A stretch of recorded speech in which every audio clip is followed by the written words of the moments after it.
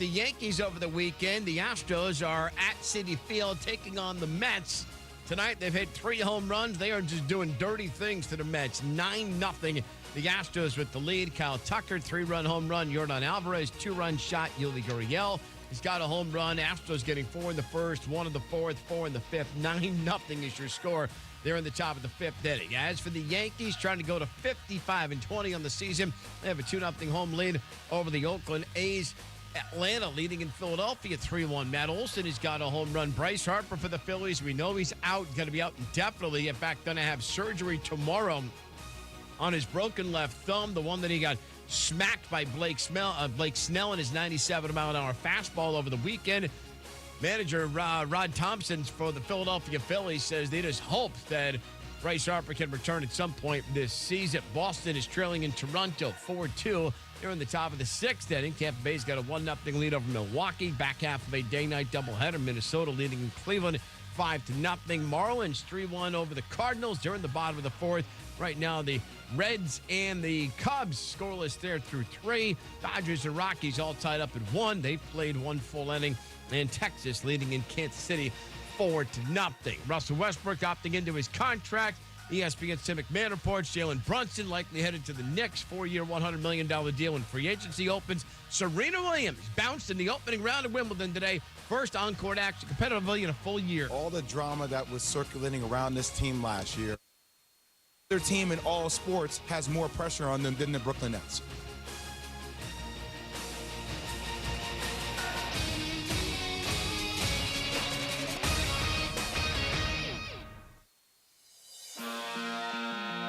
Isn't this a sports show? Rudy, can you be the reporter, as you're uniquely qualified to be? Sure. Can you be the reporter asking me about the events that were happening at late night as Snoop Dogg was saying curse words, saying naughty words, and having a money gun and stripper poles? Almost entirely. Mr. Jeff Long, sir, how could you allow these atrocious acts to happen?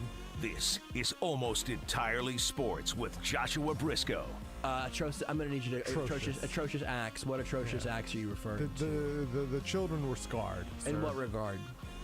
In what way? Excuse you. What's your name?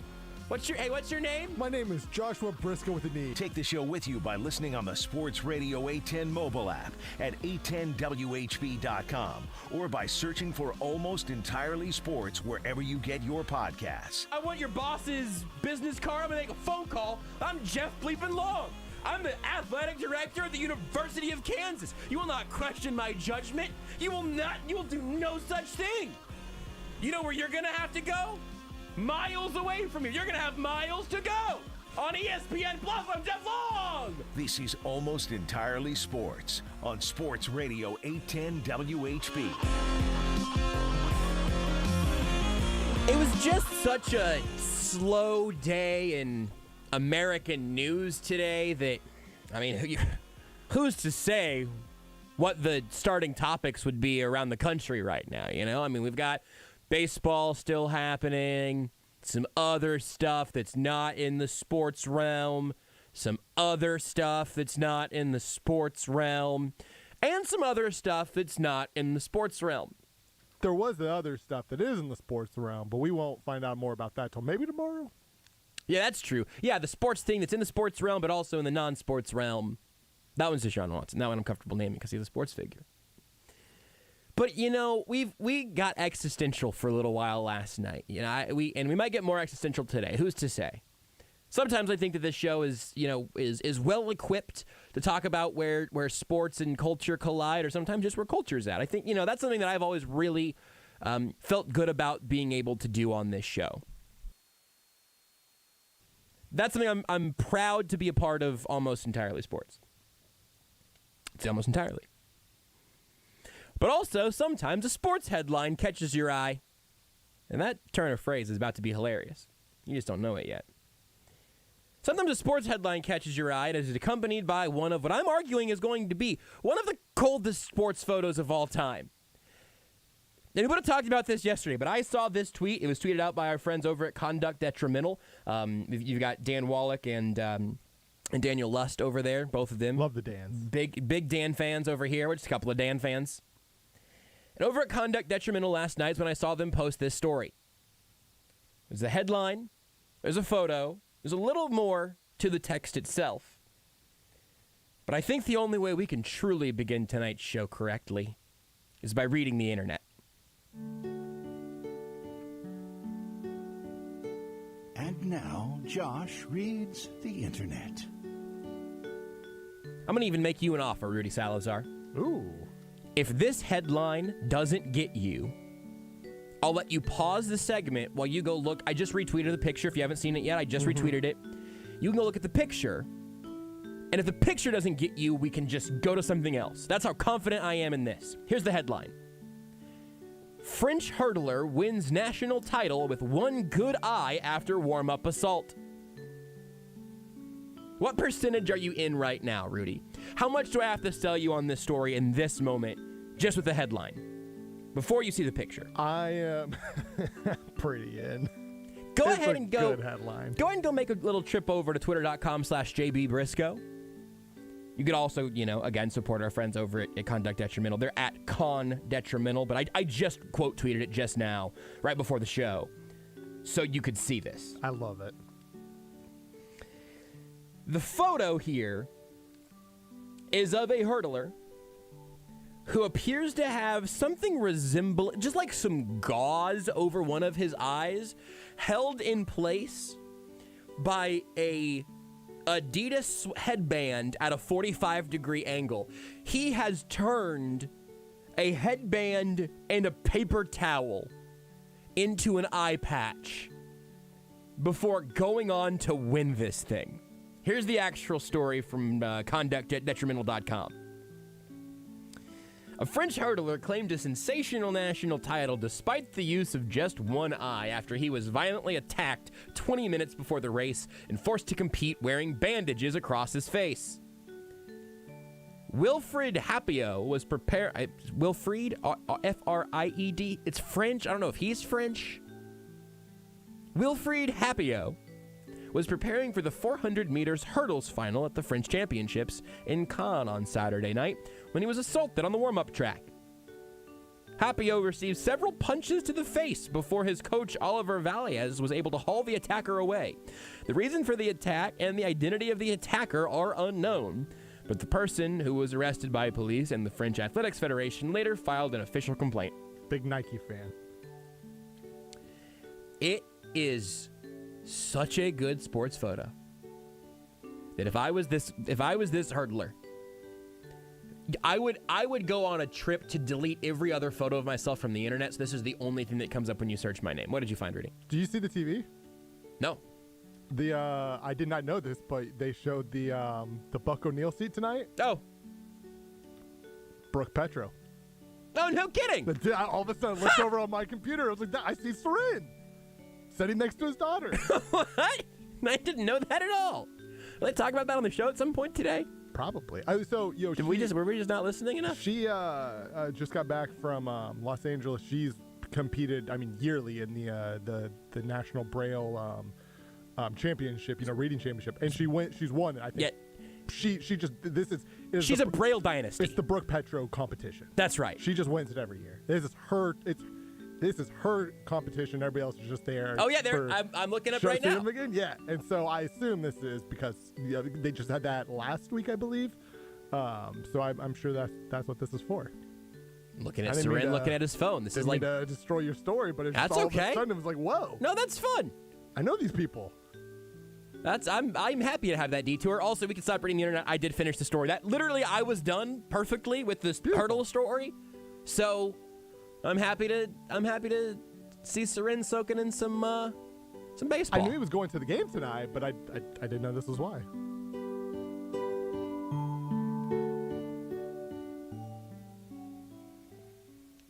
I think it makes sense that Petro spawn would just be like, you know what I'm going to do? Become a destroyer of worlds in this particular lane. I will conquer. Conquer, yes. Yeah, because it's not destroying. It's an I will make this mine. That's awesome. Good for them. That's very cool. It is really cool. I'm glad you pointed that out because I totally wasn't paying attention. Yeah. Because I'm already too easily distracted by shiny objects, you know? Absolutely. So if I drift up to the TVs in here too often, I either get distracted by usually like a commercial with an animal or by myself in the other screen. Or bad baseball. Or very frequently bad baseball. Comically bad baseball. It's rough out here. But at least there's one winner in that stadium tonight. Now there's two champions, I say. Petro's pretty much a champion of the radio industry, so you got at least two champions in that. You basically right now the Royals should have to give up their name to the royal family currently filling their seat. Yeah, that feels right. We should, you know what? I think that we're at a point in American history where we can start throwing out ideas like this. Let's bring back the monarchy. We'll just add it. Doesn't have to even replace anything, or it could. I have some ideas. I don't know if it's a better system, but the current system hasn't been great lately. We've given this system a long time. We've given this system a long go. It is basically the Chris Getz of systems. This is it also got more than its fair shake, and it's just vastly underperformed. This is also a. I was kind of making jokes about just doing a pop culture show tonight, but I am. Not totally. Did you see what's going on with Travis Barker? I did not. Yeah, it makes me kind of sad. Hold on. I'm going to see if I can get the story open. I mean, it makes me fully sad if it ends up being bad, but like, Travis Barker's kind of an icon. Yeah. Hospitalized in L.A. Although he's like got his hand up in like one of the little hospital rolly chairs. So, did you see his daughter on social said that it is not in great news. So, as we're just being like things are catching our eyes from Twitter. Lake Superior on Twitter dragged a dude. I did see that earlier. That's pretty good. I did see I'm that. just now seeing it. It's pretty good. No, we do have sassy Lakes now, kind of getting into the. But that is a force of politics now. Is a Lakes Twitter account. What a cool, good, normal time. The Travis Barker thing just now reminded me that. Or just earlier today, I saw there was also news that, Black Panther actor who we found out died during the show. During our show, Chadwick Boseman. Thank you, goodness. That Chadwick Boseman, I saw he didn't have a will. So I was making rounds on Twitter. It sounds like his wife and his family are going to split or whatever. It's not like it's going to get the Bolin family, for a sports example of some things getting nasty within an estate or whatever. There's not enough fight over everything. Everybody's being civilized human beings, it sounds like. Curtis Siebel also, I will retweet this now, but he just tweeted out the... I'm going to retweet this from the 810 account as well. Here, hold on. Here we go. You can see from 810 at JB Brisco at KC Bolt. You can see Curtis's picture of the Petro family getting a little wave in up on Bali Sports in the Buccaneer Legacy seat. There you go. You can see proof for yourself there. We've done 2 services now, which is calling that out and also giving you a way to see the best part of tonight's game without having to actually turn on the TV. Thank you, Curtis. People say this show doesn't provide a service to this community. But all of this reminded me of we literally found out that. I think we were mid-show. Yeah. I was like, wait a second, because no one knew he was sick. Yeah, I still remember seeing the tweet, and I didn't even say anything because there was just this TMZ tweet that led to nothing, just led to the TMZ page. Like they had a link that was supposed to go to a story that didn't, and nobody else was tweeting about it. So I was like, you know what, this seems to be fake, right? And then 20 minutes went by before all of a sudden, and then everybody was just like, oh my God. It was like, okay, I that was wrong. Another thing, this show's gonna be all over the place tonight. Just so you know, we will talk to a legitimate friend and friend of the show, friend of the station, and also we'll cover some of the news of the day with Ari Temkin coming up here in about 45 minutes or so. He covers the Cowboys in Dallas, but for the purposes of our show tonight, he's a member of the Big 12 radio network on Sirius XM, and we'll talk about maybe the Big 12 getting their next commissioner from Rock Nation. It's the Jay-Z empire. There's some really interesting stuff there. No, I dump that. Find out at 9. Will Bob Bowlesby be replaced by Jay-Z? I don't think so. Who can say? Who could know for sure? Ari might. We'll ask him. We'll ask him if he thinks that Jay-Z would be a good commissioner. That's a good idea. Let's do that. So we'll talk to Ari at 9. We got a bunch of little topics, but truly from the sports world today, you could hop around wherever. But all of the Chadwick Boseman stuff from today was reminding me of, and Rudy, I'm about to offer you a chance to talk about Marvel in the first segment. I didn't mean to get here, but I thought about this earlier. It reminded me of it. Now here we are. But whenever we were talking about Doctor Strange a couple weeks ago, and I was listening to I think it was on the Midnight Boys, or maybe it was even the mailbag show they did or whatever, but one of those Ringer pods was talking about, like, hey, so what's the future of the Avengers going to look like? Hey, I got another segue. We'll play audio including Paul Rudd's voice later tonight, too. We didn't do that yesterday from the Big Slick Pressers. Paul Rudd's Ant-Man. What? Said Paul Rudd's an Ant-Man. Oh, I thought you said Paul Rudd's not Ant-Man. No, he is Ant-Man. I was afraid we were going to have a real Santa Tooth Fairy situation in which I was about to explain that all of those people are real. Yeah, 100%. He's just Ant-Man because there are multiple Ant-Mans. Right, sure. 2 to be exact. 2 that we know of. So we'll play some of that Big Slick audio later. That was fun. We'll definitely get to that tonight, he says, knowing himself. But one of those conversations was like, so yeah, what are the Avengers going to look like, or who's going to be like the next guy? And one of them made the point like that it was clearly going to be Black Panther. Yes. And it made me sad because I was like, oh yeah, that would have made so much sense. Yep. He would have been spectacular in that spot. And I'm sure that at this point, Marvel has a plan, a plan to go back into the Black Panther universe, a plan for the Avengers and all of that. But Black it just would have Panther been a perfect 2 fit. It's still coming out, I think, next year, late next year. Is he in Black Panther 2? No. Okay. I wasn't sure when they filmed all of that. They did not. To COVID I think they just started filming, maybe within a couple months ago. Okay. Something like that. Oh. So we do not know what they're doing, what the plan is, but I am confident. Obviously, they have a plan. We just don't know what that plan is. It just would have been. Would have been such a nice evolution for the franchise. Anyway, really disjointed open today. Covered a lot. Not that you should be surprised by that. I mean, that one of our betters, I'd say. One of our betters? Yep. Like someone who gambled on the show? Nope. Betters. Correct. I don't know you can use that word that way. I think I can use a word however way I want. This is America. However way you want? However way I want. Did you ever watch the AMC show that takes place in the Walking Dead? No. In the Breaking Bad universe? Yeah, no, but it's not Breaking Bad, it's the spinoff. Talking Bad. No, Better's Call Saul. Betters do call Saul. It's when Saul Goodman helps people with their gambling debts. Yeah. I have seen that show, by the way. I've seen. I haven't. It was just the first thing I thought of when I typed the word better. I've seen the first 5 seasons. I've not seen the most current season. The show is really good. Okay, so I'm looking here. I'm reaching out for you. I'm trying to help. There is a plural noun of betters.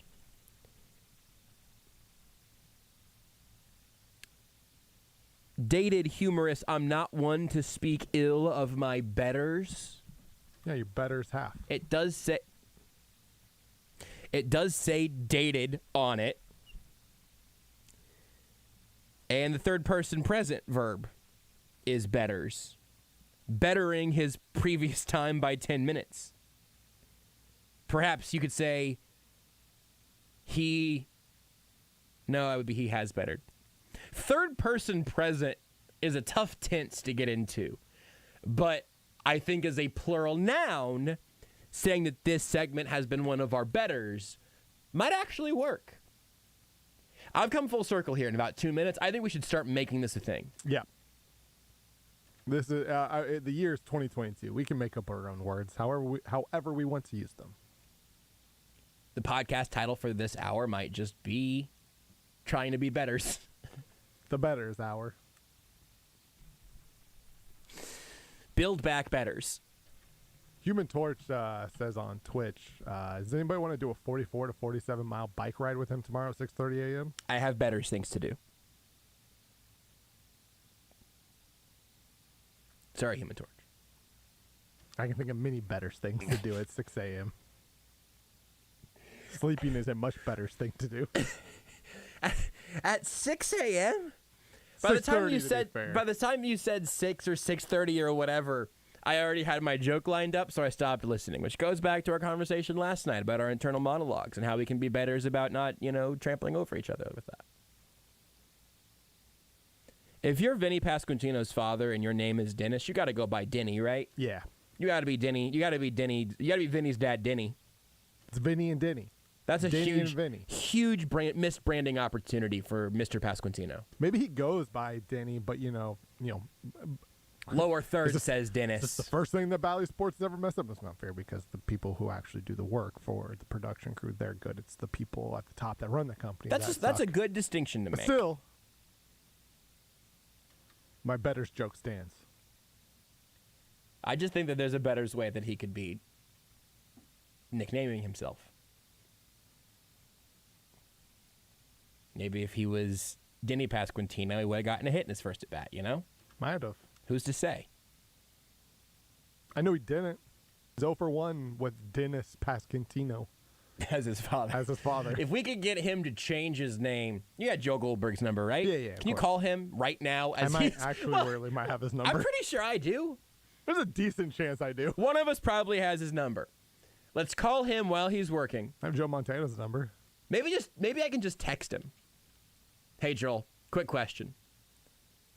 I got you on mute because I'm doing a radio show. Yeah. So no offense. Want me to text Cool Joe while we're at it? Yeah. Ask Cool Joe if what he thinks the betters of his nicknames are. And I'll see if Joel Goldberg can ask Dennis to... He's only got the one nickname. I'm sure there are many more in addition to Cool Joe.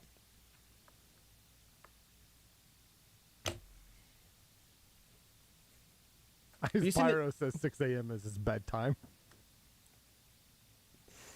We have a pyromaniac in our Twitch chat who goes to bed at 6, and then a literal Human Torch who gets up at 6.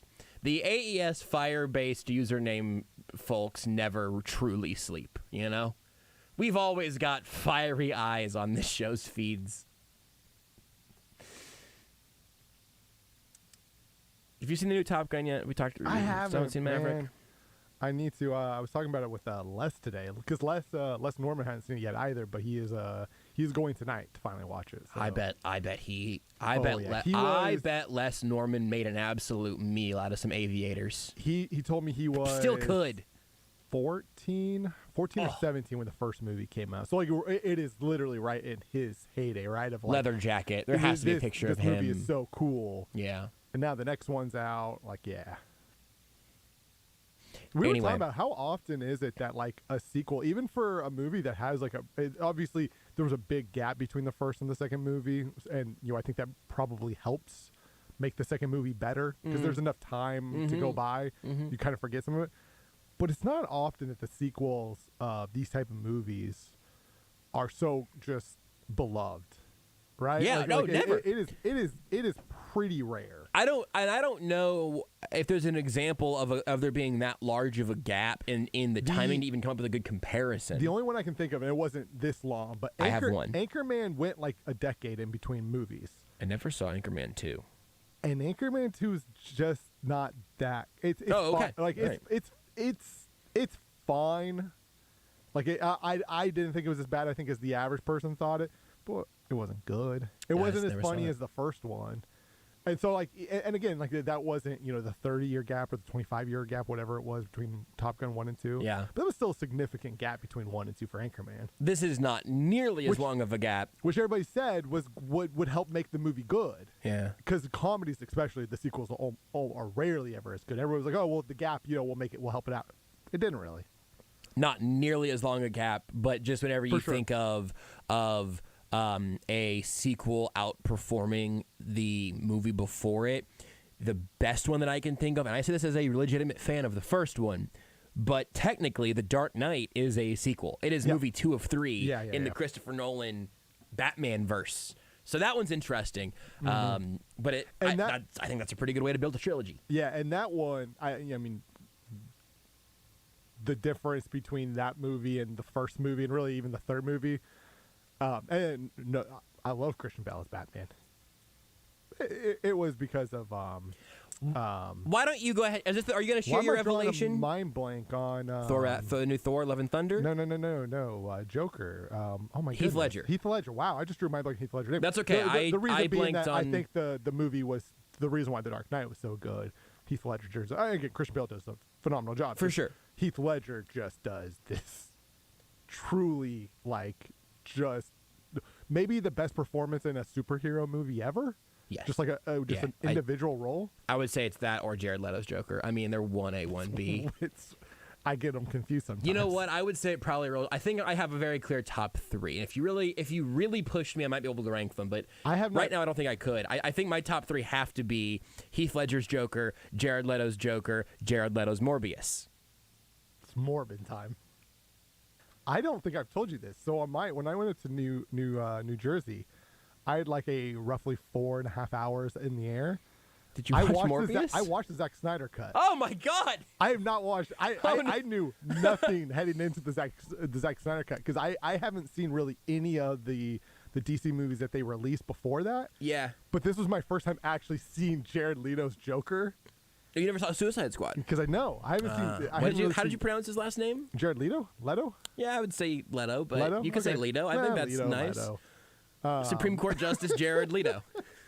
Anyways, Jared Alito. When he's actually just doing the monologues of the Joker, it's like, okay, that's like an actor. Yeah. But it's the laugh. Mm-hmm. It is the worst thing. It is genuinely so. How is that? Was that close to his? It's not bad. It's not far off. You're not far off. It is bad, but it's not far. You are close. Yeah. Like that. Like when he's first talking, in in the nightmare timeline as they called it, you're like, it's like, okay, I see some Joker here. This isn't too bad. I have not seen and then the Snyder you hear cuts. So this the laugh, and you're like, oh my God. And he's not in it for long. It's in the epilogue part. Does he have long hair in that one? Why can't I remember? I feel like in some bonus footage I saw, it was long. It was like shoulder length. Yeah, shoulder length. That's what I would say. Yeah, it wasn't in Suicide Squad. Not his short Suicide Squad hair. Yes, that is correct.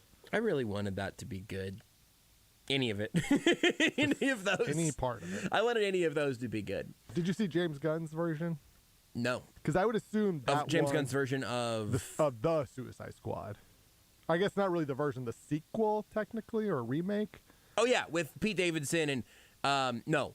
I saw Birds of Prey, which was pretty good also. That one I could see possibly being good just because James Gunn's a good director. I think that one seems like it should be campy and fun. Yeah. They ruined Suicide Squad. I love that we're now at the 30-minute mark of this segment. We're talking about Suicide Squad. Beautiful. 6 years after it came out or something. I mean, I just finally watched the Zack Snyder cut. After having not watched, okay, no joke. Listen, folks, if you want to talk about the Chiefs pass rush, I just can't. I just don't have anything for Real you. fast. Still, there's not enough. They don't have enough players to play those positions. The start of the Zack Snyder's Justice League is the end of Batman vs Superman, which I did not see. Me neither. So I was like, what is happening here? I had to go then onto Google to get a quick, what has happened? It just gives you the last 5 minutes of Batman vs Superman or something? Maybe last minute, but in slow motion, so it takes 5 minutes, but it's probably only an actual minute. Sure. And because I'm like, wait, what's happened here? What's happened to these characters? Why are they sad? And I was like, oh, okay. Now I know but here's the thing. I did not know that this was what the footage they were playing was from the end of Batman vs Superman, because it was just I just had to Google where does the Justice League pick up at, and then that's where Google told me it picks up from the end. Also, I saw Jesse Eisenberg. I did not know he was Lex Luthor. Lex Luthor, baby! That is also not good. Not good casting. It is not good. Doesn't seem right to me. I like Jesse Eisenberg. Me He's too. not a good Lex Luthor. No, this wasn't Jesse Eisenberg's fault. No. It's not. It's not Jackson Coar's fault, you know? Just it's the coaching. Bad decisions were made. Also, totally unfair to bleep on Jackson Coar today. Totally unfair. They're talking about just blowing up the DC EU and just starting over. They should. Because here's the thing. There were some things from Zack Snyder's, like the Zack Snyder cut, where you're like, again, they call it the Nightmare Timeline. That's essentially all I'll say. I want to see that. Is it freaking dark and gritty and twisted? Like, it starts off normal, and then things happen that lead to kind of Superman becoming, bad. And it's like, that's what I want to see. Yeah. That has potential. Hey, The Batman, which did well, I think it had to be the best performing DC movie, at least critically, since Christopher Nolan's. One of the Wonder Woman movies I think got pretty good reviews. I don't know. The first one was popular, if I remember right. Call all that whatever you will. This is damning. I haven't seen either of them, so I wouldn't know. This is damning. I think I saw the first Wonder Woman movie. I did see the very first Superman movie in like 2008. Me too. So in the DC EU, I have seen the very first, and then possibly the last in the Justice League, but everything in between, I don't know. Two theories here. So one is that The Batman went dark and very easily could have been rated R if they wanted to go that route. There are some times in that you've still not seen The Batman, right? Yeah, I have seen The Batman. You have seen The Batman, okay. It would have been cool if they went rated R with it, but obviously they're never going to go full rated R because they want kids to go to the movie. If they wanted to put a rated R cut on HBO Max or something, that'd be pretty dope. I'm not sure it would be enough for me to spend 3 more hours of my life watching Robert Pattinson be a big vampire boy, but I enjoyed that movie. If they want to push dark and reboot that universe, whatever, that's fine. My concern at this point is that I think they could literally reboot it and perfectly cast everything and pick perfect scripts and perfect directors, and I still think they'd always be kind of little brother in that regard. 100%. Because they don't. Marvel's got now a 15-year head start, a 20-year head start? They do. I 100% agree with you. If I had to play devil's advocate, that where they could potentially start to steal the show is now, because Marvel has now moved on from, right? Robert Downey Jr. and Chris Evans are no longer in this. You're right. And maybe they come back in little, cameos here and there, but by and large, they're done, right? There is like maybe a slight opening. And again, I say slight opening. It is not big. If DC is going to do something, they need to do it. They need to do it now. They need to do it well. Also, I don't know if this is an unpopular opinion. Batfleck was great. I think that is unpopular. I thought he was I thought he was actually really good as Batman. I would personally have no way of knowing, but I'm happy to hear that from you. At the very least, he might be the best Bruce Wayne, or like maybe the most human Bruce Wayne. Huh. Yeah, I like playing that. that role of it. It was well done. And I might have enjoyed, and again, I was missing a lot of context because how Batman vs. Superman goes shapes the way he acts throughout all the Justice League, which I don't know because I didn't watch the movie. But, I liked how he did. I thought Batfleck did good. Here's my other thing. Ezra Miller was also very good as the Flash, but Ezra Miller's got a lot of other problems going on. Ezra Miller's about to Flash right out of this universe. They need to get their bleep figured out. That has to... You can Google that one if you want. It's wild. You remember like 10, maybe 13 minutes ago when I asked if you had seen Top Gun Maverick yet? I do now. Do you want to know why I asked you that? I do. I was going to say that I learned from the original Top Gun. It can be dangerous and certainly can backfire, but sometimes whenever you see a disaster, you just have to pull the eject button. What disaster were we talking about? This segment. Oh. But I'm pretty sure that if my reaction time was about to be tested in the air, that our plane simply would have crashed 12 and a half minutes ago. At this point, I think we ought to go ahead and just pop the hood off this sucker and see what happens, but I do not think the parachutes are going to help us on the way down. Want more Almost Entirely Sports? Watch the show live on the Sports Radio 810 Facebook page.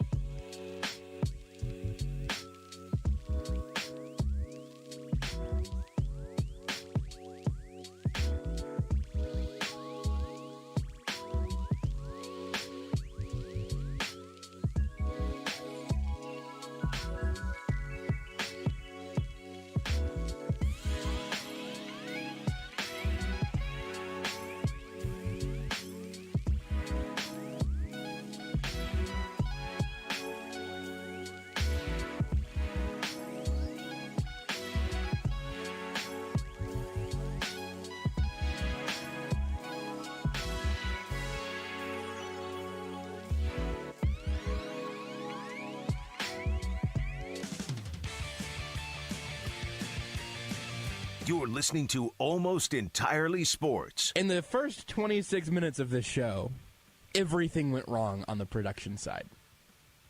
Not Beards' fault. All the equipment around him.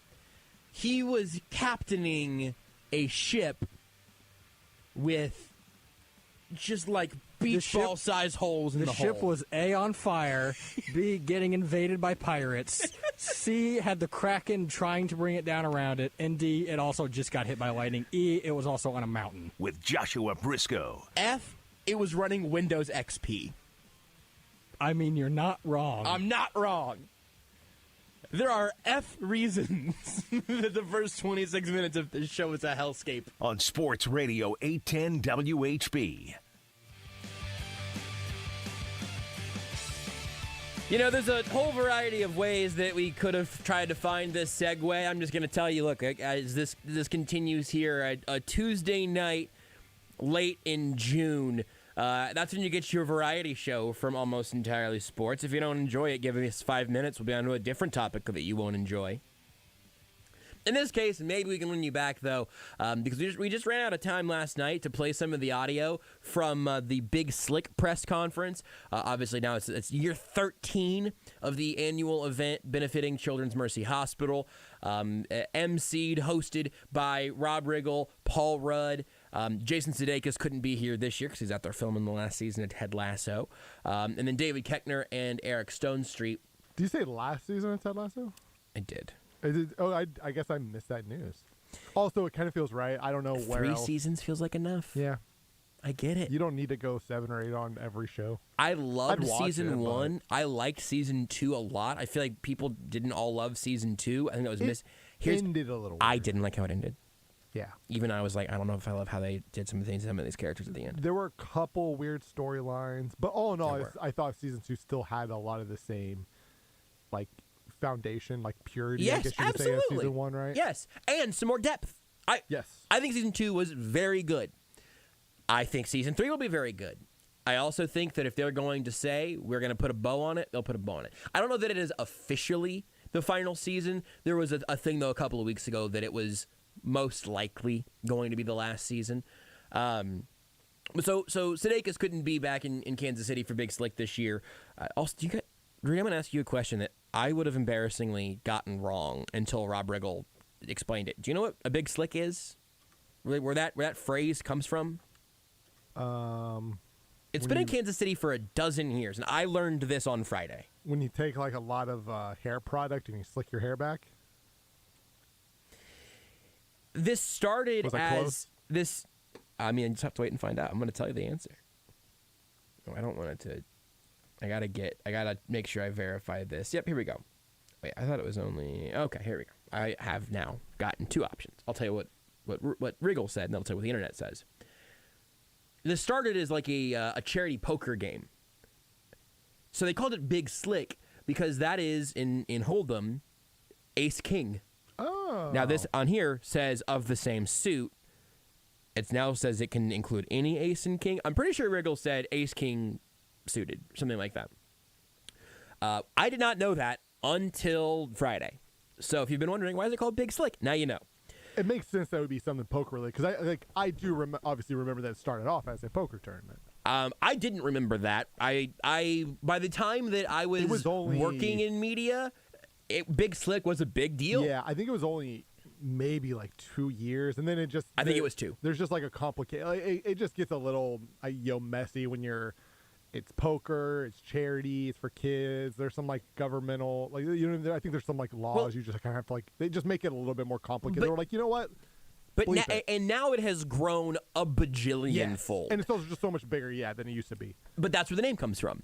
So I was out there for the presser on Friday, and there are a couple of things here. You know, they talked a lot about the event, which has now come and gone. They raised more money for Children's Mercy and had a bunch of celebrities in Kansas City all sort of surrounding that cause. I know Angela from The Office generally goes because she talked about that on The Office Ladies podcast. I left my little handout in the AES office, but I don't think she was here this year. I mean, I don't know if she was here this year. I just know she has done it. You know, the guy from Hot Ones was here this year. That was new. Sean Evans was here this year. And let's start here with the one that's a little over 2 minutes, Rudy. It's not my question. This is actually from Rustin Dodd of The Athletic. Whenever I went into the press conference, I just sat down next to somebody who looked like a professional journalist, and then he introduced himself with this question, and Rustin Dodd of The Athletic, and I didn't out loud curse under my breath of "oh bleep," but I thought, hey Rustin. But I'll let you hear in their words from Rustin's question here, where he was kind of asking about and actually, now that I say this might even be the clip where where Rob Riggle explains the origin of the name. Now that I have made you listen to me explain it instead of listening to Paul Rudd explain it. Rob Riggle, not Paul Rudd. They're both there though. But you'll hear Riggle in this. You'll hear Paul Rudd in this. There are some infighting between David Koechner. Really just had a whole thing going on about his hometown, Tipton. I don't know if I can really explain it without just playing you the full press conference, but he's really campaigning for Tipton to be the next host of Big Slick. I will point out where my relevance in Tipton came in a little bit later on, but I just enjoyed kind of hearing a couple of these guys talk about what the growth of Kansas City has brought along the growth of Big Slick and how those things have been able to help each other continue to grow. You'll hear, I think it's Riggle first, you'll Riggle Rudd, and again, some infighting from the panel here from the Big Slick presser. I got to say, this Kansas City is ascending right now, and it's wonderful to see. Looking out my hotel window and looking at the skyline of just downtown Kansas City. You have a view of the skyline? Yeah, why? Okay, I need to talk to... This isn't the time. This isn't the time. We'll deal with that later. No, I have a dumpster for my view. It's a little prank we do one-to-one in it. But I think the Kansas City we knew growing up in the 80s and 90s, it's very different from today. And then even in the last decade, like you mentioned, I think I've seen... What I see in this city, it is a city on the rise, and it's in every aspect. You know, whether it's our sporting teams, whether it's Sporting Kansas City or the Royals going to 2 World Series or the Chiefs going to 2 Super Bowls, and these are amazing things that are happening, and that's just in the sports front. Children's Mercy Hospital is a treasure. I don't know if people realize. I want Kansas Cityans to know, and I want other people to know what a treasure Children's Mercy Hospital is. It's an elite hospital. It is a nationally recognized hospital for the work they do here, and we have it right here in Kansas City. So we have this amazing treasure, and you can just see it. You can see it in the industry. You can see it in the companies that are coming here. It's business friendly. Like there's a vibe. I don't know how else to describe it. I guess I'm from California, so now I live in California. So vibe is a big word we use out there, but there's a vibe here, and it's a good one. And I'm really proud to show off Kansas City. That's one of the best things about bringing all these celebrity guests back to Kansas City is I like to show off our town. And inevitably, whenever they leave, they always leave talking about how nice the people are, how cool the city is, how many cool things there are to do here, and, of course, our barbecue. So that's good. How many cool things they got at Oak Park Mall. Merry-go-round. All the Spencer's. Spencer's. All the posters they got at Spencer's. Fart repellent. Yep. Yep, And they're like, can I just run across the street to Malibu Grand Prix? We're like, hey, it's gone. You just gotta. You gotta let it go. You gotta let it go. What about Doll's Supermarket? That's gone too. I have an observation here. I wanted to play the audio, but I also wanted to with apologies to Stugatz's weekend observations. I did want to provide Big Slick press conference observations. And really, I just do have one, maybe 2. They're all about Paul Rudd.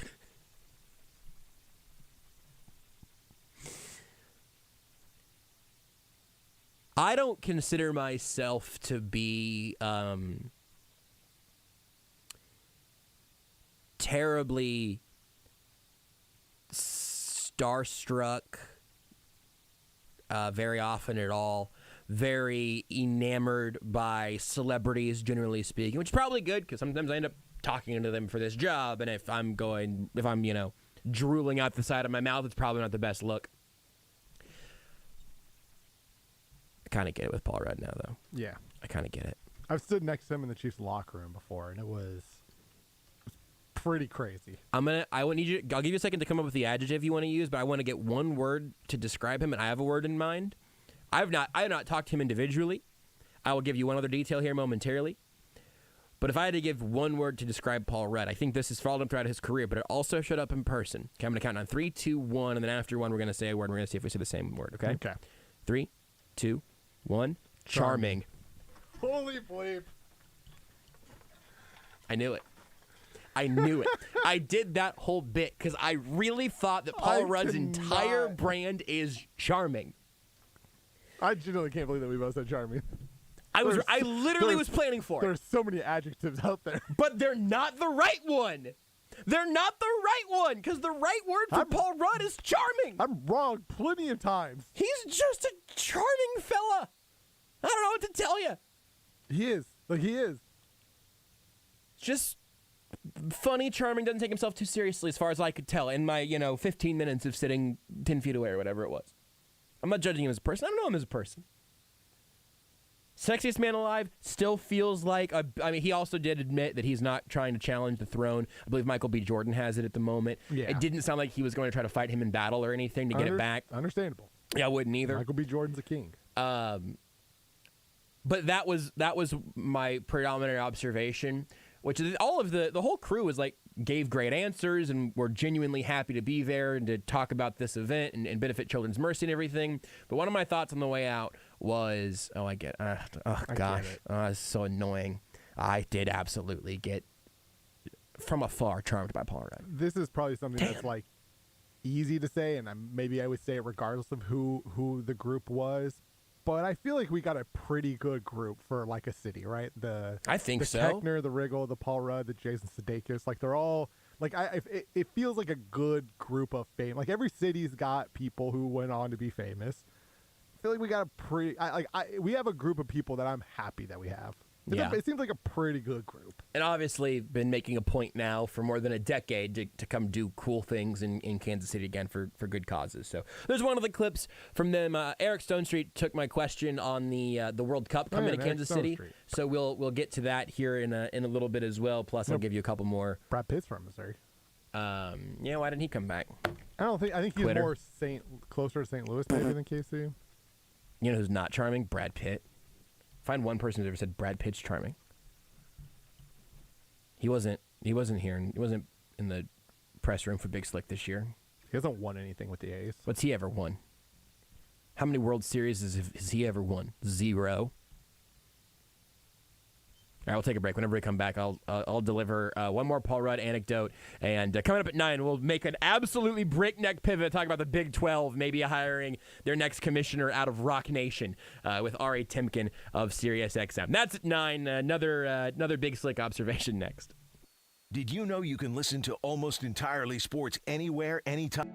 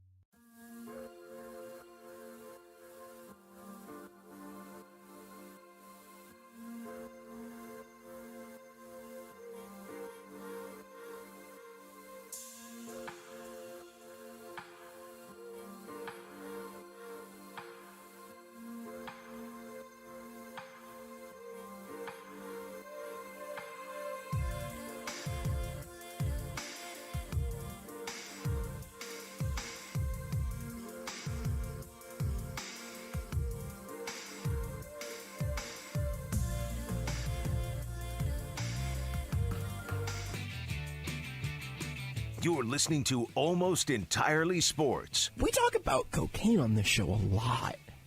Almost entirely cocaine. Oh, man, I wish. With Joshua Brisco. No, man, listen, you know how I know that I can't have a cocaine habit?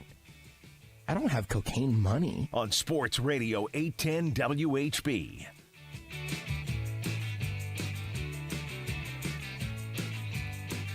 It's funny how clear it is, both by audio quality and more obviously by topic quality, the liners that made it over from the ESPN Kansas City days of Almost Entirely Sports.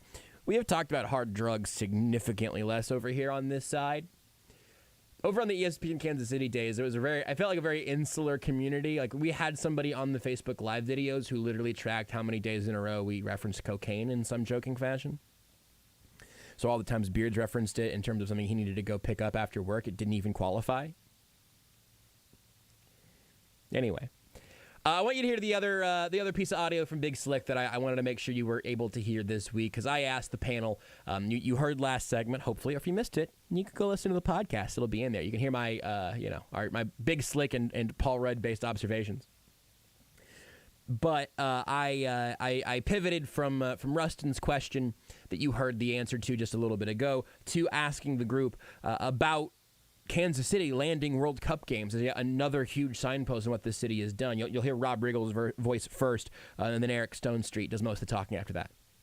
I was excited as everybody else. Yeah, I think it's great. I mean, I think Kansas City's put on, a clock to do even more stuff before the World Cup makes its appearance here. So I think it's great motivation for the city. I think it's going to be, the infrastructure of soccer, of football that the city is committed to is no doubt a reason why the World Cup chose Kansas City. I think it's an amazing opportunity for the city to push itself until that date hits. And the one thing with the Kansas City Current, the training facility that they just finished and minted is just first class, first in the world from what I understand for an all-female soccer facility. It's just great we all are in this rush to paint everyone with broad brushes everywhere we go. And it's great that Kansas City is the tip of the spear on so many cool and exciting things for lots of different areas of life. And we couldn't have gotten there without the support of the good citizens of Tipton, Missouri. A number of years ago, they moved. Next question. Yep, go ahead. David Keckner, Tipton, Missouri native, was making much of the night about his beloved hometown.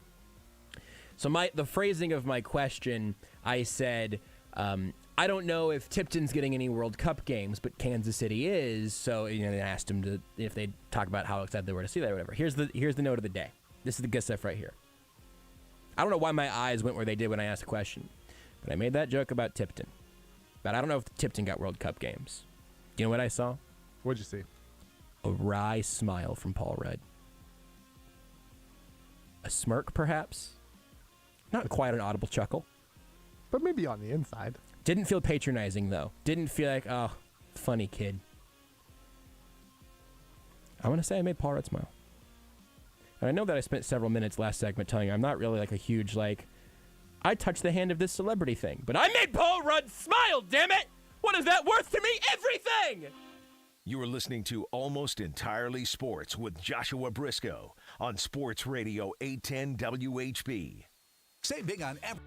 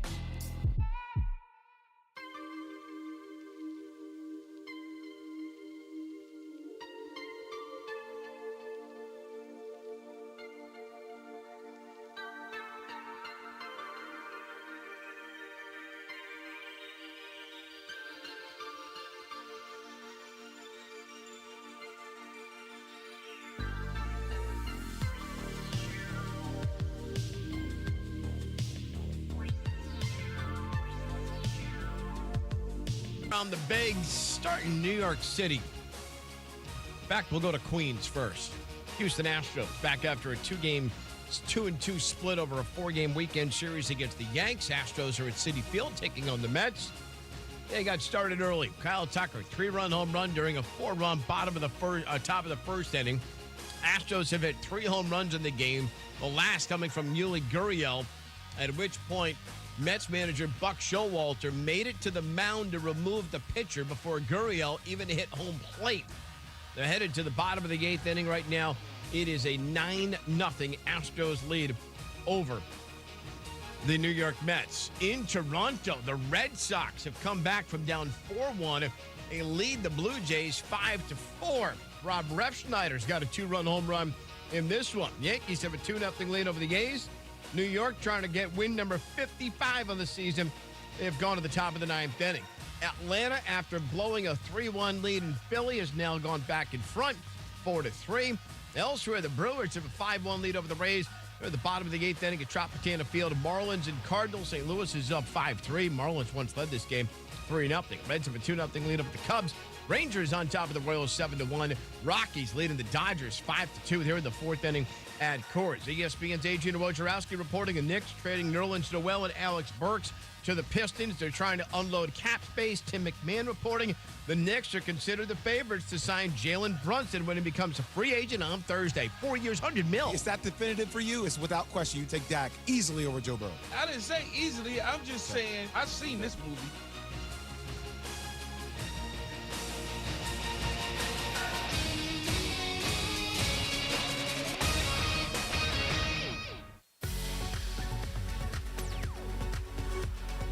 This is Almost Entirely Sports with Joshua Brisco. Chewie, we're home. On Sports Radio 810 WHB.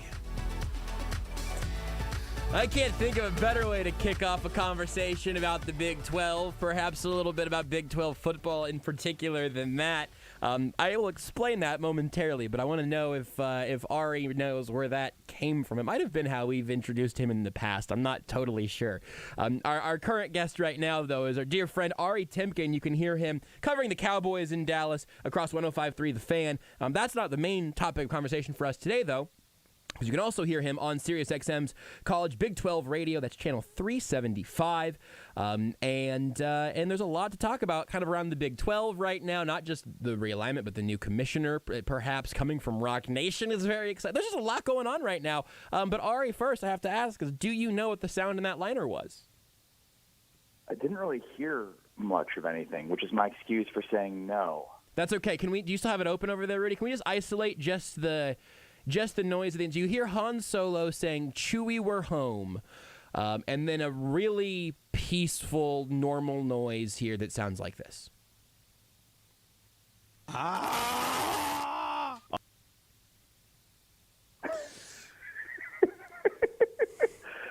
guessing it's from Star Wars. It is an impression of Chewbacca done by, I'll walk you all the way to this, a former Big 12 football coach. Wow. Les Miles? That is correct! Nailed it. That is correct. That is Les Miles' Wookiee call. That was on a Hawk Talk a while back. How does that make you feel? That had to be one of the most productive Hawk Talks of all time with Les Miles. We've gotten a lot of use out of that liner. We got Matt Derrick to do a Wookiee call. We were all doing Wookiee calls that week. So, no, we really got a lot out of that one. How have you been, Ari? It's good to talk to you again. Yeah, great to talk to you, Brisco. I'm good, man. How are you doing? Look, I can't complain. I'm enjoying some of the fun, although also some of the sadness, just because like Royals baseball, something that we would theoretically talk about around here, that hasn't given us much. But you actually are in a place in the sports world right now that has some interesting things going on. You probably chew through your hours pretty quickly in a way that maybe doesn't always feel as packed as it is. But like here's a sports question for you, Ari, and I want to really know the answer to this. Don't brush me off, okay? Is Texas back? Deal. Texas is so bad. It's not even funny how back they are. Texas is back! I mean, look, it almost doesn't matter how good of a coach you have at one point when you have the talent that they're accumulating. That's kind of what we've seen across some college football programs. I mean, Larry Coker won a national championship at Miami, for the love of God, with the talents they had. So, look, Sark can recruit, and he knows offensive football. The one thing we don't really know is he a good football coach? Can he be a good head coach, which is an important component of being a head coach? He's got the other two parsed down. Talent hasn't been the issue. That's one of the main talking points, I think, now after Arch Manning commits and then now a slew of commitments based on Manning's commitment. But they have not developed. And that's been the issue. They've had 5 stars and 4 stars. They've had top 5 classes. Tom Herman had 2 top 10 classes, 1 top 5 class. And, now we're in a situation where those guys did not result in a draft pick. Kansas had a player drafted. Texas did not this past draft. Yeah. And, those are from Tom Herman's top 10 recruiting classes. So, I'd certainly have more faith, not just in Sark, but in this talent. And they have – now back-to-back quarterbacks in Quinn Ewers and Arch Manning that were at the top of their classes, and from 24/7's rankings, 2 of the top 3 ranked quarterbacks ever, perfect graded quarterbacks, those being Vince Young, Quinn Ewers, and Arch Manning. Amazingly, all 3 have committed to Texas. So crazy. We'll see. I still think they're going to have some growing pains this year. They've got a ridiculously good offensive line class coming in. We'll see if any of those guys can crack their starting 5. Their defense was absolutely atrocious last year. It's one of the worst defenses I've ever seen in my entire life. And so they're going to have to improve pretty dramatically there. But no doubt that the level they're recruiting at, and certainly the fallout from Arch Manning and all the other commitments they've seen now these last 2-3 days since then, there's no doubt that by the time this team gets to the SEC, they should be cooking. Were you surprised that that Arch ended up picking Texas? And also, do you think that he would have been a less hotly contested recruit if he would have just gone by Archibald? Because that's a tough name for a quarterback. It's definitely a great name. He should have gone by Archibald. I've been calling him that a ton because it's a great name. Good. Okay, I'm glad that you're continuing. I'll join you in the propaganda. He's only Archibald from here on out. I'll band together with you on this. I'm not surprised, honestly, because it definitely was trending towards Texas, for whatever reason. And, I think there's probably parts of Austin that that he liked. His videos that surfaced when he was a kid that he was a Texas fan or whatever. I'm not sure, but it definitely seemed to be trending that way. And I guess my biggest surprise was the timing of it. But other than that, no, it should be more surprising. Texas went 5-7 last year and lost at home to Kansas. So. People don't talk about that that's enough. Ridiculously surprising. Yeah. So I know that how long are we going to give Texas and Oklahoma in like tertiary, secondary Big 12 conversations? By the way, because I'm going to do it by accident for a while. I'm sure. I feel like we should get a couple of years of them being like honorary Big 12 teams. Does that seem reasonable? Aren't we doing that right now? That's what I'm saying. They're like honorary members right now. Yeah, like how long are we going to give them though? Like in 10 years they can't have that, but what about in 2 or 3 years? Well, in 2 or 3 years they'll probably still be in the conference. That's fair enough. So, yeah, very good point. Look, they could be out after next season, that 2024. But I don't know. It's going to cost them a ton of money, and it gets to the point where it's like, is it worth spending a bunch of money to make a bunch of money when that money's there anyways? I don't know, and I think for Texas it becomes a lot more uncomfortable. Share a conference at the University of Houston where you kind of have felt like you're better than them. You condescend to them. So, that might be a hard pill to swallow. Texas is certainly in a better financial situation than Oklahoma is. Texas could find the money they need to get out of the Big 12 and the couch cushions, quite frankly. But they're not going to leave without Oklahoma. They're the greatest rivalry ever. It's such a fun little duo as they go running off into the sunset, hitting each other while holding hands.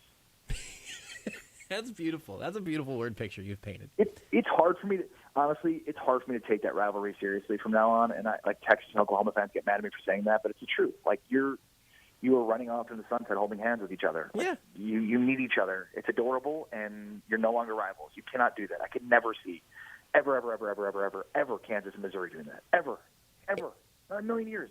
If I was going to give a devil's advocate argument, I would say that you could make Texas and OU now Batman and the Joker, where they need each other, really, but they are still kind of in cahoots, right? Like, one of them could just kill the other one at some point if they wanted to, and them deciding they're going to keep this little charade going, that's the SEC trip to me. Ooh, that's a good one. Who's the Joker, though? Texas?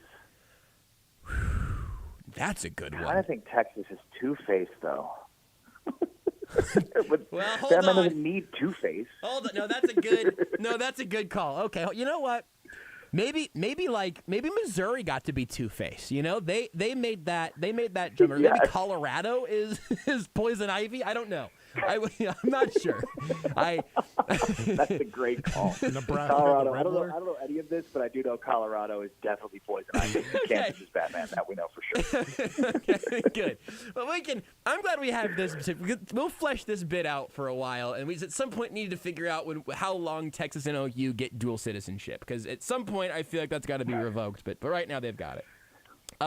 Obviously, and for right now, we just need to absolutely destroy them. Every other Big 12 program, we just need to destroy them into oblivion. Like the ultimate goal of the Big 12 these next few seasons is not have Oklahoma or Texas win the Big 12. That's all that matters. There needs to be full collusion.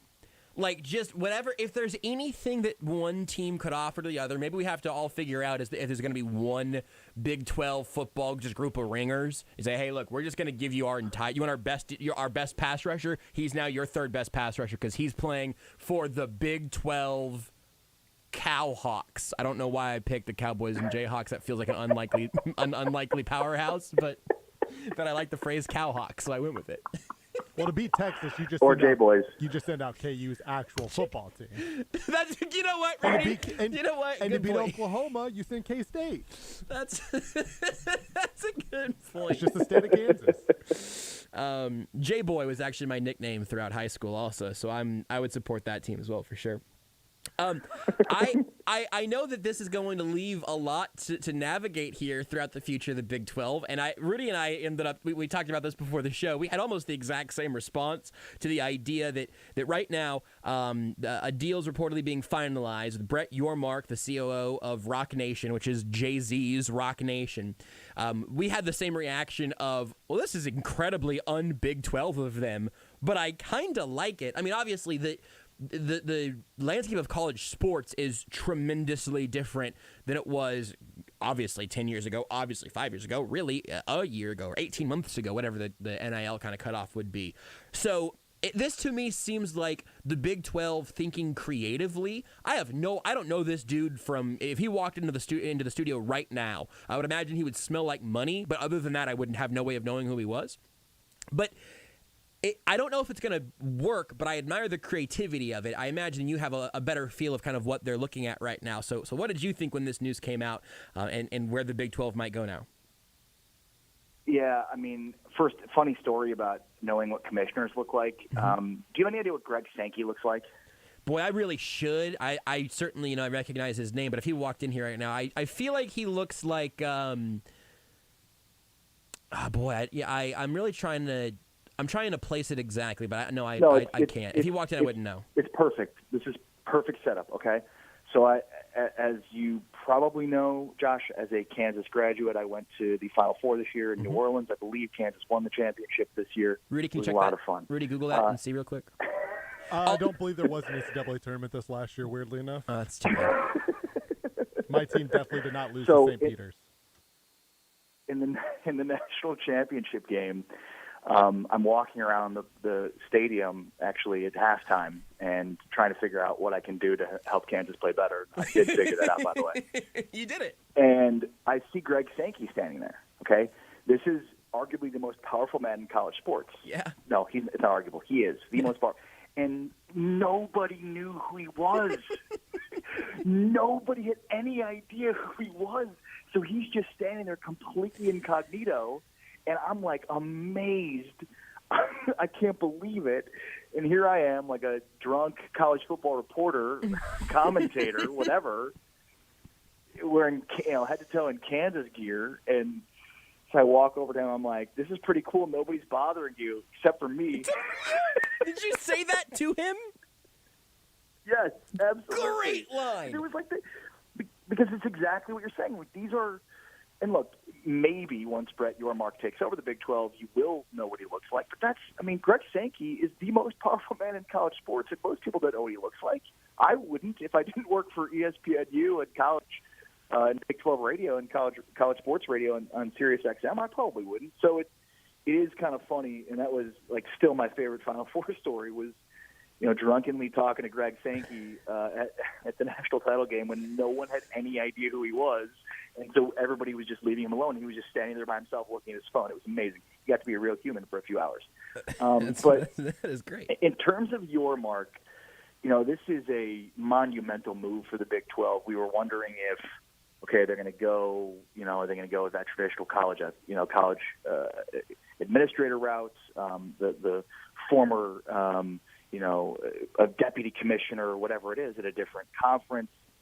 And, this is now the third consecutive hire of a Power 5 commissioner that is, from professional sports. You had Kevin Warren, who came over for the Minnesota Vikings, George Kliavkoff to take over the Pac-12, and, he came from MGM Sports, and now Brett Yormark, who has a pretty robust resume. Obviously, you mentioned the COO of Jay-Z's Rock Nation, which I believe you have to say together. You can't just leave an independent. 100%. It has to be Jay-Z's Rock Nation. So right. But he also worked for the Nets. He was the CEO of the Nets when they moved from New Jersey to Brooklyn. He built the stadium, the Barclays. He worked for NASCAR. So he's got this really interesting, resume that I think is very much conducive to what's happening with the Big 12. The need to create greater dollars in their television deal that's coming up. The biggest thing here, Josh, is that forever there was this huge lie that administrators in the collegiate sports told themselves about what they had. The lie was that it's not pro sports. And so last July, almost exactly a year ago, when NIL went into effect, the Band-Aid was ripped off. And so it's no longer a lie. It's professional sports. It's always been. We can create these distinctions. But, when you talk about millions of dollars being spent on coaches to coach and then also simultaneously to not coach to buy them out, when you talk about stadiums and facilities that are being built, it's pro sports for everybody except for those that were involved. So now the college sports doesn't have to lie to themselves anymore. They can say what they are.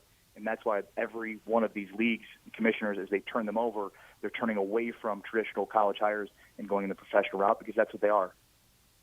This caught my eye in the original SI story. A bevy of high-profile athletic directors were in the mix, as well as some conference executive staff members, but the league took a different approach. Over the last 2 days, a small group of Big 12 presidents interviewed 3 finalists in Dallas. None of the final candidates currently work in the college sports industry. So to your point, also, the BetMGM example was one that I was thinking about earlier today, but like you mentioned there, it runs even deeper than that for reasons that now are that you just laid out, more obvious. Were you surprised at all that the Big 12 ultimately did get to a point where they came to the same conclusion as everybody else? Because this might be, I don't know if this is a Bob Bowlesby thing or if this is a Big 12 thing in some other form, but I would have had the Big 12 being late to react. And maybe they still were, but I would have had them being even later to react for some reason, just sort of based off my current presumptions about the conference. No, that's not an incorrect perception whatsoever. And so kudos to the presidents of the universities that make up the Big 12 for figuring out pretty quickly that they needed somebody that can help usher them into this, new era of college athletics. That the same people who had made the same decisions over and over again were not to be trusted with this most important product.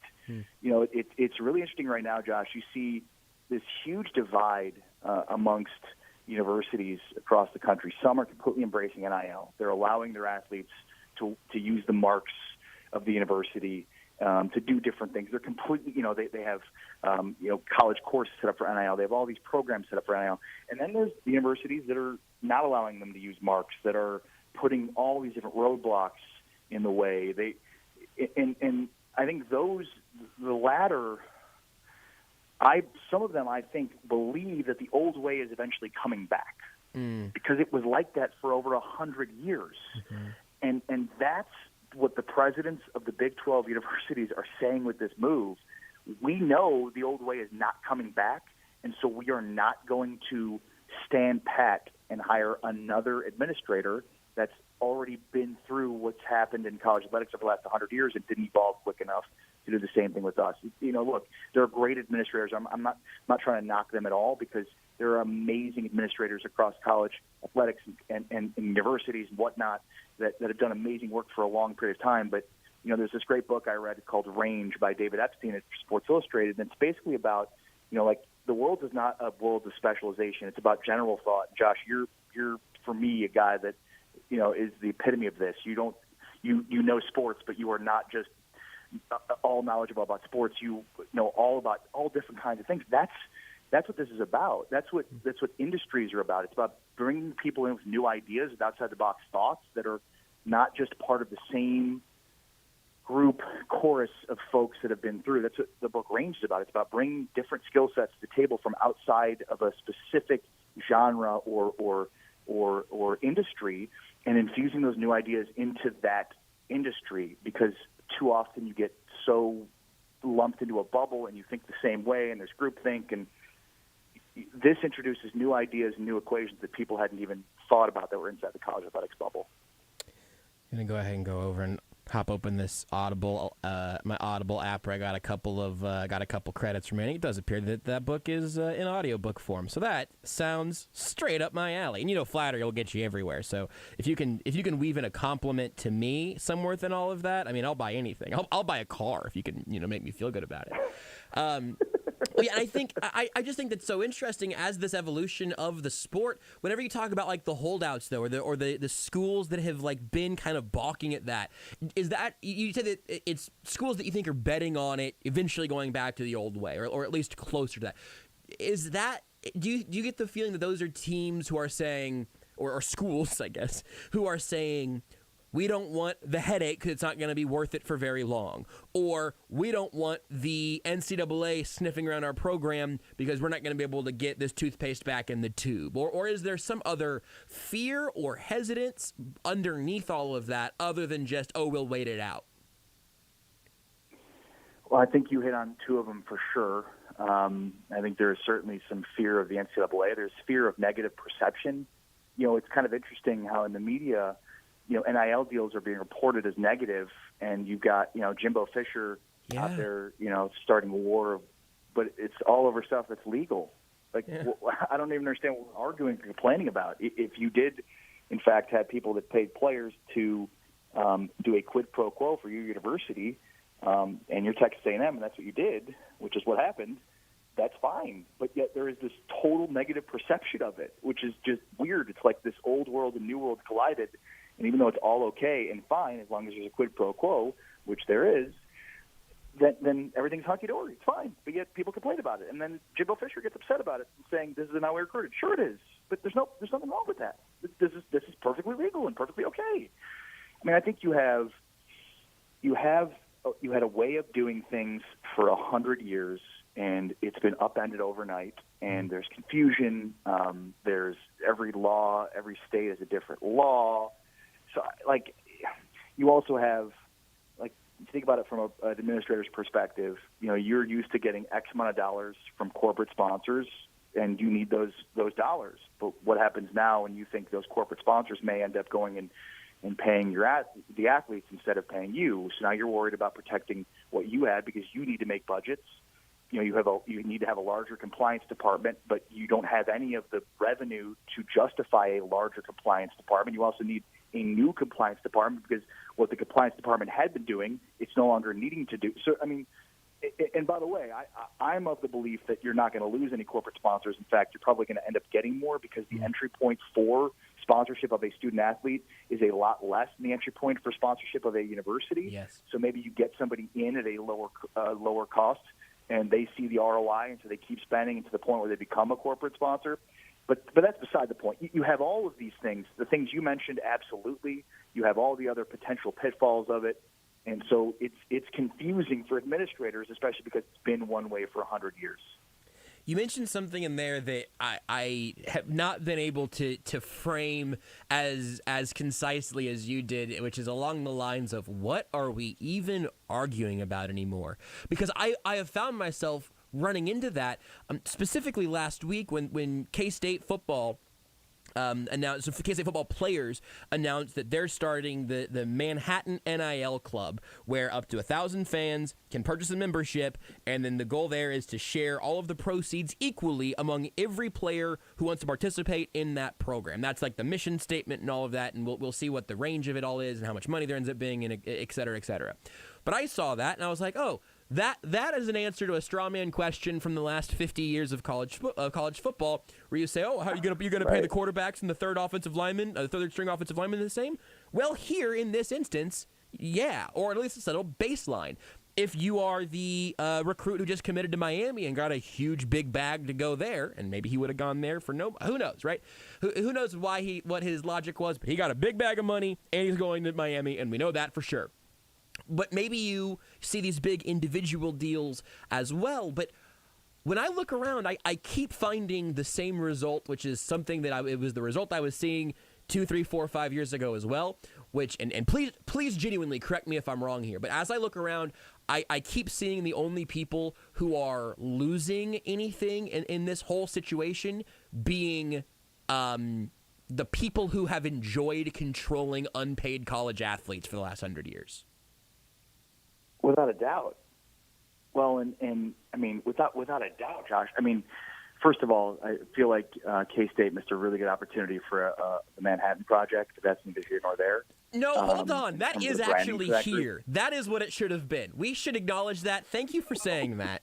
Yes, that's a great point. It should have been called even the Manhattan NIL Project would have been. All right, so they get one demerit. I like what they did, but they get one demerit from me now.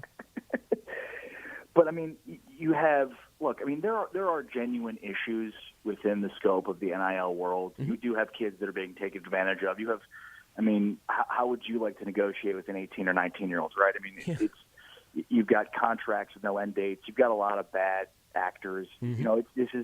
There are a lot of kids that are going to get used. There are a lot of kids that are going to get screwed. There are a lot of kids that are going to become liable. There are a lot of kids that are not going to pay taxes. There's going to be a lot of harm that comes from this, and that's not a reason not to do it. It's just what it is. Mm-hmm. But yeah, I mean, you've had for years, how are you going to pay them as much as and it's like, okay, I mean, in a market that, where that stuff matters, you might have a football team come together to the quarterback lift up other players in the team. You might have situations where you have a quarterback at one school that's getting a lot of NIL opportunities that then allows for, other passes those opportunities off to his offensive linemen. So those are kinds of some of the things that I don't think were being accounted for. And then, the people will bring up Title IX. One of the most awesome things about this, Josh, is, first of all, women's basketball players are outpacing men's basketball players in NIL earnings in year one. That's amazing. And then when you consider, hey, Brittany Griner is being held right now in Russia and has been since February. And the other reason why she is because Russia's in war with Ukraine, but really she's over in Russia because she can't make enough money playing in the WNBA, so she has to go play overseas, which is the cast and lot in life for every women's basketball player. Yep. Well, what about if they start off in college and build a brand and an influencer business based on, their ability to play at that level? And all of a sudden, you get through 4 years of college, you've got a huge Instagram following, a huge TikTok following. You can play in the WNBA and make tons and tons of money as an Instagram influencer. And Jocelyn Allo is another great example of this. Jocelyn Allo, one of the best, probably the best softball player of all time, certainly the best hitter of all time. Just graduated from Oklahoma, led the Sooners to another College World Series national championship, 2 in a row. She's insane. Most home runs of all time, most RBI. So now what is she going to do? Yeah. I mean, there's these smaller softball leagues she can go play in. Had she been there for 4 years, she could have done that over the course of 4 years. That built up the influencer network that would allow her to cash in a big, big way. Female influencers just in the world make so much money because of all the products that those influencers are selling to the people being influenced. Makeup, clothes, hair, whatever. So from a women's sports perspective, the earning potential here in the immediate while they're in college and the after is huge. And that, I think, is one of the most important and compelling stories about NIL. I think it's fascinating. I also think, there is absolutely a bit of a Wild West element currently. I think being aware of the places where there can be pitfalls in this is a good thing. I think I've agreed with everything you've said the entirety of the 28 minutes you've been live with us. So I'm not expecting that to change much. But to me, if you are going to be an educational institution that still wants to have a spot in all of this where your existence is noteworthy at all, being an educational institution for your student athletes to not get taken advantage of in the NIL market or to learn how to pay taxes and to estimate what those tax numbers are going to look like, those are things literally perfectly tailor-made for an institution of higher learning that is also having people make money playing sports with their logos and everything all over. I also genuinely, though, do ask if there is a place where that could end up being problematic, where you do see some of these schools that are being more proactive to involve their student athletes. Do you think, you look 5 years down the road, are we going to see schools do more of that, where they are, this is shocking, educating their student athletes on the things they need to be educated about? Or are they going to get nervous and say, you guys go hire your agents, we're going to teach algebra? Well, and I mean, there at this point has been a good amount of universities that have stepped up to the plate and done that. I mean, you're absolutely correct in terms of financial literacy and everything else. But I mean, quite frankly, they should do both. Yeah. You know, the student athletes should hire agents or work with a group, find a lawyer. You know, they should do that while simultaneously being educated by the university. There is a conflict of interest there, that the university is, you know, in the economy, in the marketplace, essentially competing against the student athlete for, you know, advertising dollars. And so there is, you know, in a sense, the need to have both. But, yeah, every university, you know, look, I think we're getting to a point where there will be an affiliation between the university and the athletic departments, but that, you know, anything you could offer could or might not include a scholarship to go to that university. It could and might or might not include a specific university or specific money, specific monetary value. Like, I think that's what we're moving towards, the idea of handing out contracts that could or could not include certain pieces to it that would make sense for the kid or for the university. But look, I think you have right now, you know, a marketplace that is materialized basically out of thin air overnight. And so you have, you know, an overreaction to the immediate reaction of the market. I'm saying the overreaction from the people, but it's just what happens to a market when it's first materializing. And so I do think over time it will stabilize. I think you have situations right now with universities that are looking over contracts, but, you know, they're not doing it in a way that is of the greatest benefit to the athlete. And so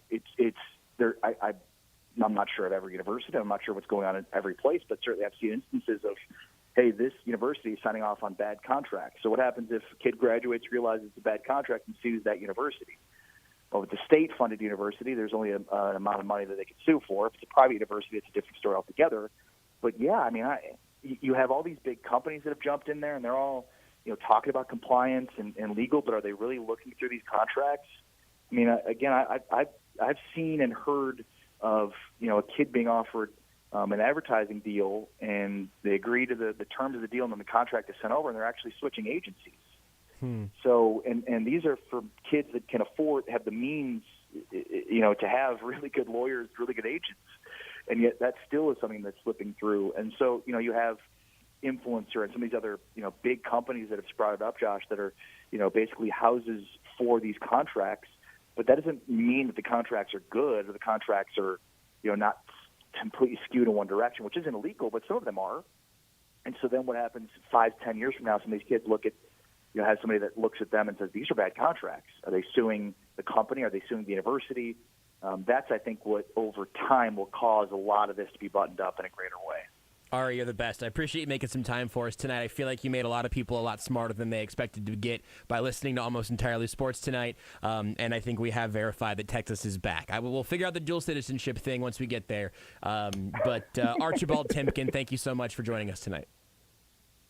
Josh, Josh, I love you, buddy. It's great talking to you, and hopefully we'll catch up again soon. Love you too, man. I think Archibald might not actually be Ari's given name, but you can follow him on Twitter at Ari Sports. Really, just like if you've just been here with us for the last half hour, I feel like somewhere along the line you went like, I feel like he did a really good job explaining a lot of things that have really been quite contentious in the space for a while. Love that guy. Love his work. Love how good he is at being eloquent about complicated topics that end up having some, not all, but some relatively simple solutions. We'll talk maybe a little bit more about that, maybe about something entirely different whenever we come back. But please do, again, go follow him on Twitter at Ari Sports. You can hear him talking on the Dallas Cowboys radio network on 105.3 The Fan in Dallas if you're ever in the area. But Sirius XM College Big 12 Radio, that's channel 375 on your Sirius XM dial. You can get that anywhere. And again, follow him on Twitter at Ari Sports. Okay, now we can take a break. Take the show with you wherever you go. Listen live on the Sports Radio 810 mobile app and 810WHB.com.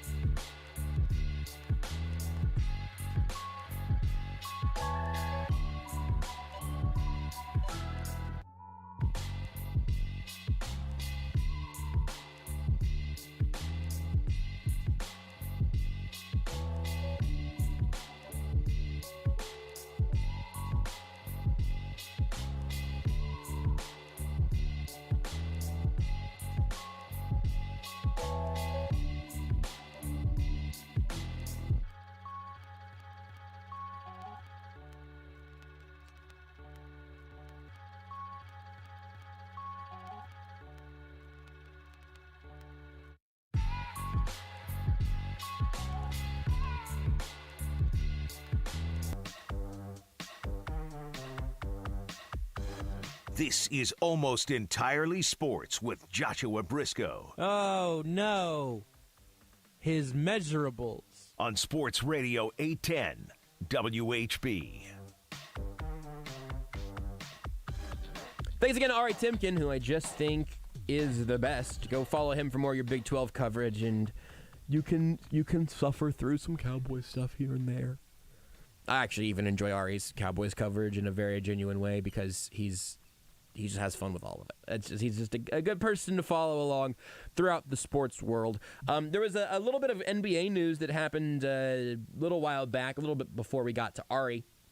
Adrian Wojnarowski tweeted, the Knicks are trading center Nerlens Noel and guard Alec Burks to the Pistons, sources tell ESPN. The Knicks will unload $19 million more in salary, clearing the way for cap space to try and sign free agent guard Jalen Brunson. Don't remember who I saw tweet this, but I saw this even before this trade earlier today, which is someone was having a little chuckle about the fact that both Mavericks fans and Knicks fans seem kind of bummed about Jalen Brunson getting a max deal with the Knicks, because he'll be leaving Dallas, who would like to keep him, and signing with the Knicks, who are putting a lot of eggs in the Julius Randle, Jalen Brunson baskets. RJ Barrett as well. RJ Barrett basket? Yeah. Is Randle still there right now? Yeah, still there, Julius right? Randle's still there, Yes. But it's his money's still coming.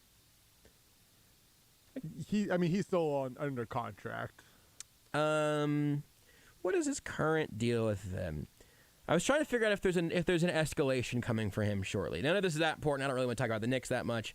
Although if we have Werder Ram on again soon, I'll ask him. No, okay. So Julius Randle is entering the first year of his current deal.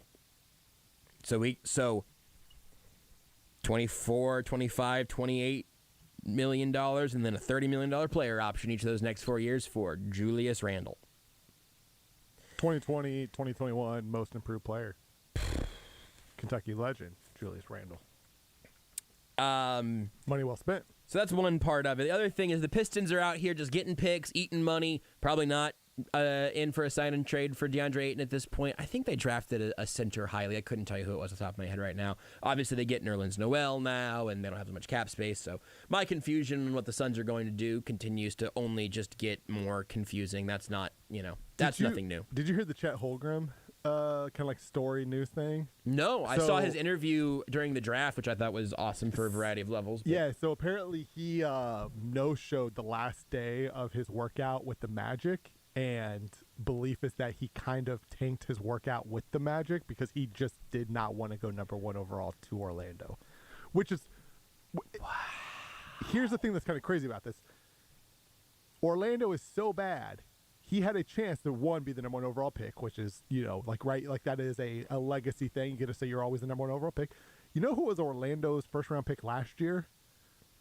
Former high school teammate and best friend Jalen Suggs. He had a chance to go play with the guy who he grew up playing basketball with, but he was like, nah, this franchise is too bad. Not worth it for the Magic. So I'm going to go to OKC, which is not being good, but they do appear it appears they have a plan, right? They have been a bad team, but not necessarily a lost team. Right? That's a good point. There can be a difference, obviously, between the two. The right? OKC outlook from here on out, I think, is not terrible. Their recent past is obviously horrendous, but on purpose, really, on purpose. It's, give us every pick. They are putting a lot into the draft of, and here's the thing, I don't hate this. If Oklahoma City is not going to be the team that goes out there and gets, big name free agents, right? Because here's the thing, there is a limit to what you can offer. Money talks, but when you're talking about max players, 15 teams will offer them max contracts. They need to come play in and Oklahoma they're City. going to go play in the market that they want to play in. So if you're Oklahoma City, you got to repeat what you did the first time, which is incredibly hard. The odds of you in 3 straight I believe it's 3 straight years of getting Durant, Westbrook, and Harden is almost slim to none. You know how you make that a slightly better chance? It's by having 25 first-round picks over the next 5 years or 6 years or whatever it is. If you just throw enough darts at it, and you just hit on 2 of them, and when I say hit, I mean like star players. Ideally, you will draft solid role players throughout there, some really good players, some 3-and-D guys, all that stuff. You just hit on 2 of those, and that's hard to do. But if you do, and Josh Giddey looked good last year for them, so maybe that's 1, maybe Chet's 2. I don't hate it. I'm asking certainly, I will. One quick thing, and I'll let you go. I will say this: if you're planning on if you have NBA 2K of any sort, OKC's the team to pick because they're just going to be the most fun in that game because they just have all the draft picks. That's actually a great point. Franchise mode. It's okay. a great franchise mode team to play. Quick team mode, not so much. Franchise mode, though, the best. Jalen, by the way, Detroit did draft Jalen Duren, the center from Memphis. Okay, I thought there was another one. So yeah, they've got. Yeah, they drafted. They don't need DeAndre Ayton at this point, frankly. Ivy, I forget his first name. Jaden. I can't want to say Jordan Ivy.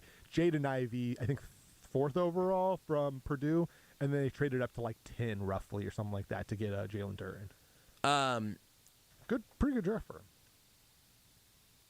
I'm going to ask this question with appropriate context, but I'm going to ask this question. I'm a Midwestern boy. I've always been a Midwestern boy. I was born in Kansas, lived in Kansas in various spots for 25 years or so. Moved to Missouri. Now in a house in Missouri. Missouri boy. Always been a Mocan boy, though. Never really had any real, gotta get out of the Midwest angst or anything like that. My Midwestern emo angst was, there's plenty of that, musically speaking. But I was never like, I gotta leave this one-horse town. That's never been my thing. I also don't know that certainly as an adult, I don't believe I've spent any real time in Oklahoma City. So I do not want to disparage Oklahoma City as someone who loves Kansas City deeply. And I am infinitely tired if we're not in Kansas anymore / what's Kansas City? Is it just got a bunch of wheat? I understand all these stereotypes. I don't like any of them. Also, Florida has bath salts, terrifying animals, and terrifying policies. I'm not saying Florida's all great.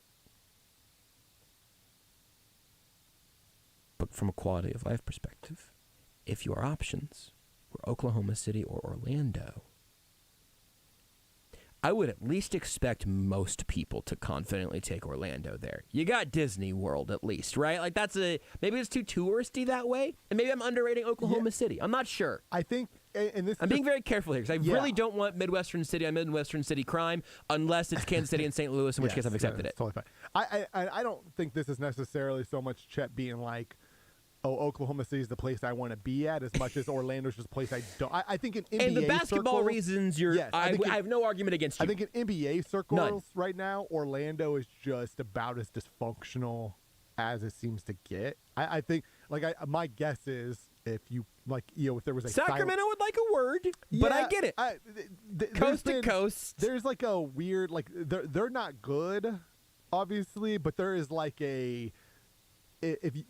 We have seen some players go there, just be good for a little bit, and then you just kind of space out, right? You kind of just. If Beards was here, he'd be furious. I'm not. I don't. I just that's think fine. Orlando right now is. No, I 100% get it. I'm taking basketball. I'm editing basketball out of the conversation because you made your points on the basketball front. I have nothing to argue with from your initial layout of all of that. 100%. Nobody goes to the games really there. It's just the best basketball played in Orlando was when they were the home of the bubble. Yeah. There's not been good basketball played there pretty much since then. If Shaq buys the team. Game changer. Do you think they changed the name from Magic to just Shaqs? They become the Fighting Shaq? The Orlando Shaqs. Do you go plural or singular? Is Shaq plural? If you saw a Shaq next to a clone of him, what would you say you're looking at? I'm looking at some Shaquez, some Shaqes. You would say Shaquille's if you're using full names, but I think Shaq might be a plural word. I'll think about it. Oklahoma City's got this is from, let's see, where are we at? Yeah, Oklahoma City's, as of 2020, at about 150,000 more people than Kansas City. I now immediately say that out loud and think I have to now check and figure out how Kansas City is being measured because I don't know if you know this, but we're a city in 2 states. It's a fun feature. That's just where we're at. Kansas City's not in Kansas? I got a rude awakening for you. I don't know. I just I don't think I have a great frame of reference for how good or not great Oklahoma City is.